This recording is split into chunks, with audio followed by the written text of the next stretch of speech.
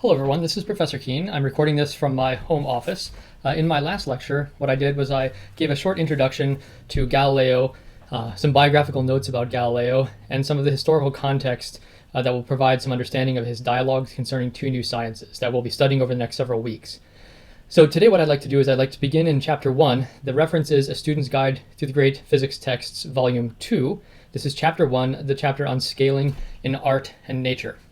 So let's spend a few minutes talking about this text. I'm going to go for my webcam while I'm talking to you about this, and then I'm going to cut to my sketchbook where I can draw some things to help explain what I'm talking about.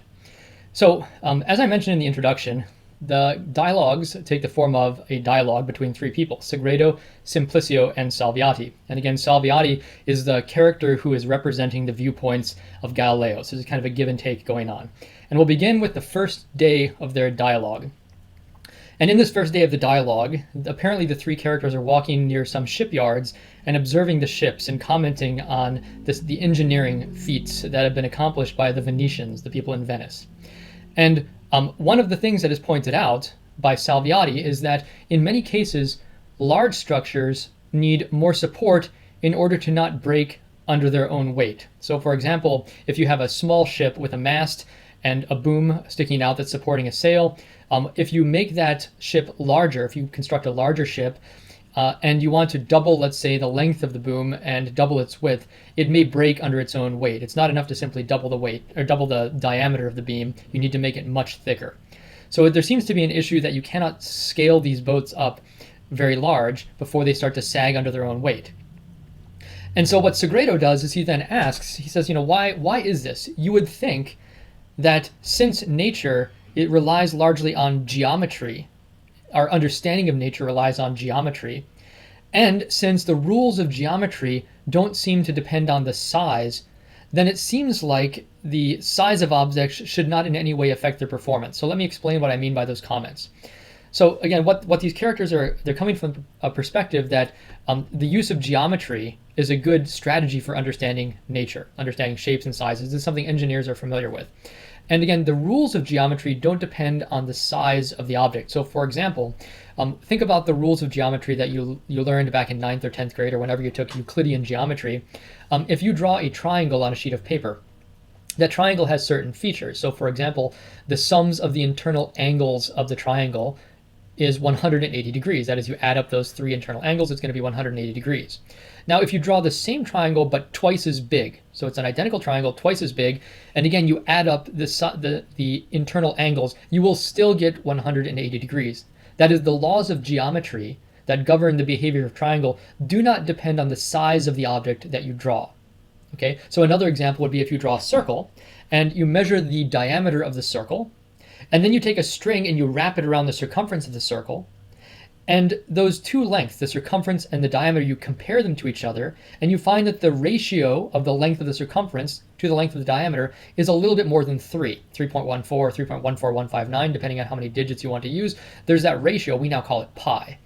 Now let's suppose you draw a larger circle, and again you wrap a string around the diameter and you put another string across the wrap a string around the circumference and another string across the diameter, and you compare the lengths of those two strings. Once again, it will be 3.14159. It'll be pi. So the ratio of the circumference to the diameter of a circle is pi, regardless of the size of the circle. So these laws of geometry seem to not depend on the scale of the object that you're considering.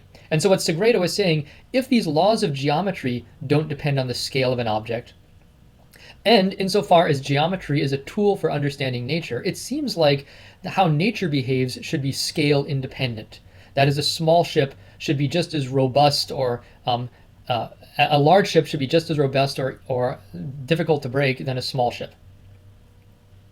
And in fact, Salviati says, Sagredo, you're right about this. In some sense, you're right. The laws of geometry don't depend on scale. And some things, you're right, do work even better when they are large. So for example, if you have a clock and you want to look at the precision of a clock with hands, well, the larger the clock, the more precisely you can build the clock. So it's easier to read the angle of the hands as they move around on the dial for a large clock than a small clock. So in some cases, the size of the object, actually making it larger, makes it work even better.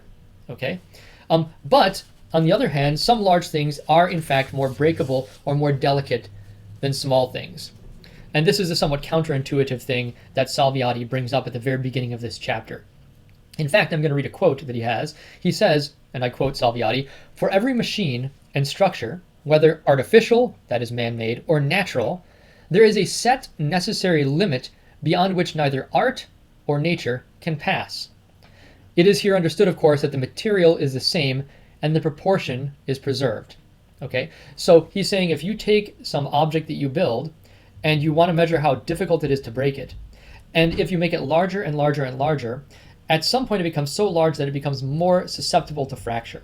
And in nature, there's sort of a limit to the size of things that things can get to before they collapse under their own weight. So let me draw a picture of the next example that Galileo gives to explain what I'm talking about. So wait for a moment, and I will turn off my webcam and go to my sketchbook.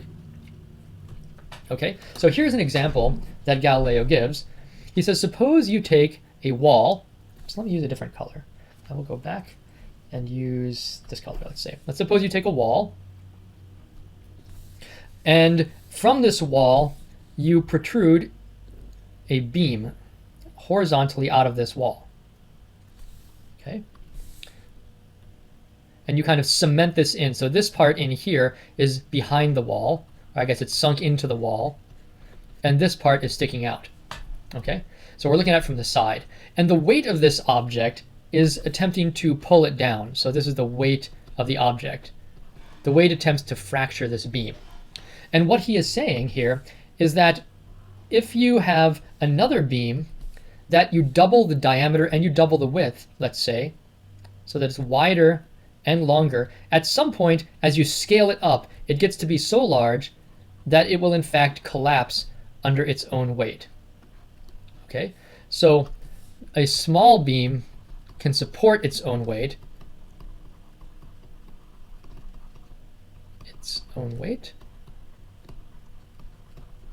While a large beam collapses under its own weight. Okay, there's some scale, some size beyond which this object will collapse under its own weight. And what he's saying here is this doesn't merely apply to built structures, artifacts that people make, but it also applies to living organisms. So this would be our example 1. This would be beam breaking, we might call it. We're going to spend a lot more time talking about why this is. But what Galileo is doing is he's just introducing us to this topic to get us thinking about this in an intuitive way. Another example he gives, this is from animals. He says that a horse falling 3 or 4 cubits, so imagine you have a horse right here. Okay, so a horse that's falling 3 or 4 cubits, right? It's falling downward. Here's our horse. If it's falling 3 or 4 cubits, it will break its bones. 3 or 4 cubits, from a cubit's about 18 inches, so it's falling about 4, maybe 4.5 to 6 feet. It will break its bones. This is the example that he gives. But he says if you take a dog, okay, and you drop it the same distance, so here's your dog. Doesn't look very much like a dog, but there you go. A dog falling the same distance will be just fine. It will be uninjured when falling from the same height. And a cat, if you were to do the same thing with a cat, okay, here's your cat, and you were to drop it the same distance, this is your dog, this is your cat. If you drop it from the same distance, it too will be uninjured. In fact, he says you can drop a cat from 8 or 10 cubits and it will still be uninjured. And he goes on to say a grasshopper falling from a tower, or even he says if it were to fall from the moon, it would be uninjured. So a very small object like a grasshopper.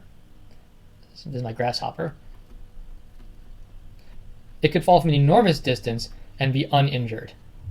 So there seems to be, this seems to be an example of where large living organisms are more susceptible to fracture than small ones. And he goes on to say that children fall with impunity from heights that cost their elders a broken bone or even a fractured skull. So again, what he's doing here is he's kind of presenting some intuitive arguments to support what he's going to later talk about. Okay, now let me turn off this sketchbook and I'll just continue talking for a moment. Go back to my webcam. Okay, so now what's the next thing that happens in this dialogue is that Sagredo, after having listened to Salviati for some time discuss this, he provides a counter argument. He says, wait a minute, Sagredo, wait a minute, Salviati. I know if I drive a nail into the wall, I can hang something heavy from it, like a heavy picture frame, and it will support that picture frame. And if I take another nail and drive it into the wall, and if this second nail is, let's say, twice as big, twice the diameter, twice as long, and I hang a picture from it, it can support not merely twice as big of a picture frame, but it can support maybe 3 or 4 times as big of a picture frame. It can support an enormous picture frame. So that seems to go against the kind of argument that Salviati are presenting. It seems like a larger object, a larger nail, is actually more robust against fracture than a small one. So how can that be? Isn't that a good counter argument against what you're saying, Salviati?